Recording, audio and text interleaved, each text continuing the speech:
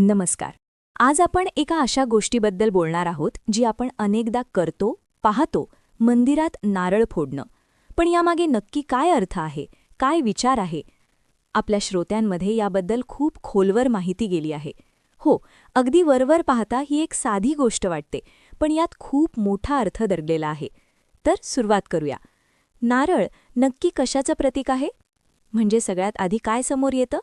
अहंकार. बरोबर. नारळाचं जे बाहेरचं कठीण कवच आहे ना, ते म्हणजे आपला अहंकार, इगो, जो सत्याला म्हणजे परमात्मतत्वाला सहजासहजी स्वीकारायला तयार नसतो. अच्छा.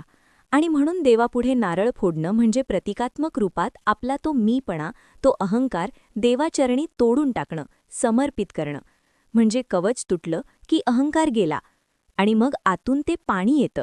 हो, ते शुद्ध पाणी म्हणजे आपलं मूळ स्वरूप, आपलं आत्मतत्व म्हणजे आत्मा. ओके, अहंकार दूर झाला की मगच हे शुद्ध तत्व प्रगट होतं आणि तेच आपण देवाला अर्पण करतो. आणि ते नारळाचे 3 डोळे, त्याबद्दल पण काहीतरी आहे ना?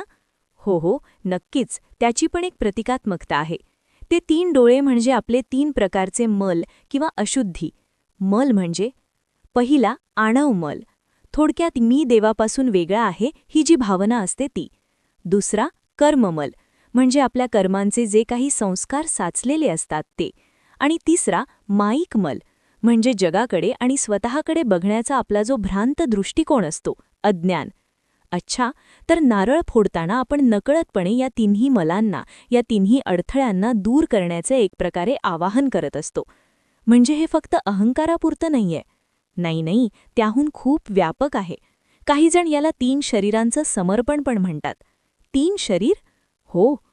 कवच म्हणजे आपलं स्थूल शरीर, फिजिकल बॉडी. आतलं ते पांढरं खोबरं म्हणजे आपलं सूक्ष्म शरीर, मन, बुद्धी, भावना वगैरे. आणि ते पाणी म्हणजे कारण शरीर, आपलं मूळ आध्यात्मिक बीज. तर नारळ अर्पण करताना आपण हे सगळं, आपलं संपूर्ण अस्तित्वच देवाला देत असतो. म्हणजे ही एक प्रकारची छोटी पूजा किंवा यज्ञ झाला. अगदी एक छोटासा आंतरिक यज्ञच आहे तो. विचार करा, नारळ उचलून जेव्हा आपण तो फोडतो तेव्हा आपण जणू अज्ञानाच्या डोक्यावरच प्रहार करतो. काही जण म्हणतात की त्या आवाजात अहम ब्रह्मास्मी, मी हे शरीर नाही, मी ब्रह्म आहे, याची एक सूक्ष्म जाणीव असते. आणि ते बाहेर पडणारं पाणी जणू आपल्या भक्तीचा, आपल्या समर्पणाचा एक प्रवाह असतो. आणि नारळ स्वतः इतका पवित्र का मानला जातो? त्याची काही खास वैशिष्ट्ये आहेत का? हो ना, नारळ हा सत्वगुणी मानला जातो. म्हणजे त्यात शुद्धता जास्त असते आणि तो इतर फळांसारखा लवकर खराब होत नाही, टिकतो. हे पण एका अर्थाने शाश्वत तत्वाचं प्रतीक आहे. बरोबर. आणि सगळ्यात महत्त्वाचं, त्याचा प्रत्येक भाग उपयोगी आहे. कवच, खोबरं, पाणी, अगदी शेंडीसुद्धा. काहीच वाया जात नाही. हे संपूर्ण समर्पणाचं प्रतीक आहे की आपल्या अस्तित्वाचा कुठलाही भाग देवापासून लपवायचा नाही. आता तो प्रश्न जो नेहमी पडतो, नारळ गाभाऱ्यात का नाही फोडत, बाहेर उंबरठ्यावरच का? हा खूप महत्त्वाचा मुद्दा आहे. याचं कारण खूप सुंदर आहे. खरं तर गर्भगृह म्हणजे काय? मंदिराचं केंद्र, मुख्य जागा. हो, ते मंदिराचं हृदय आहे. निर्मितीचं केंद्र जणू काही विश्वरूपी गर्भच. तिथे मूळ देवता, शिवतत्व किंवा देवीतत्व म्हणजे शुद्ध चैतन्य वास करतं. अच्छा, आणि ते कसं असतं? पूर्ण शांत, स्थिर. तिथे कोणतीही क्रिया, ध्वनी किंवा हालचाल अपेक्षित नसते. आजूबाजूला सगळं शांत, परिपूर्ण असतं.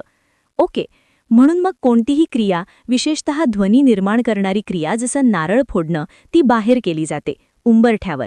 उंबरठा म्हणजे एक सीमा. अगदी, तो उंबरठा म्हणजे 2 जगांची सीमा आहे. आत आहे शुद्ध अमर्याद चैतन्य आणि बाहेर आहे आपलं नेहमीचं मन, आपला अहंकार, आपलं जग. म्हणजे तिथे नारळ फोडून आपण काय सांगतोय?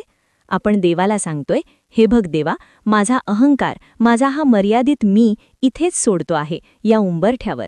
फक्त माझं शुद्ध स्वरूपच तुझ्या दर्शनाला आत येईल.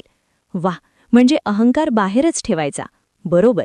तो क्रियाशील, आवाज करण्याला अहंकार गाभाऱ्याच्या शांततेत न्यायचा नाही.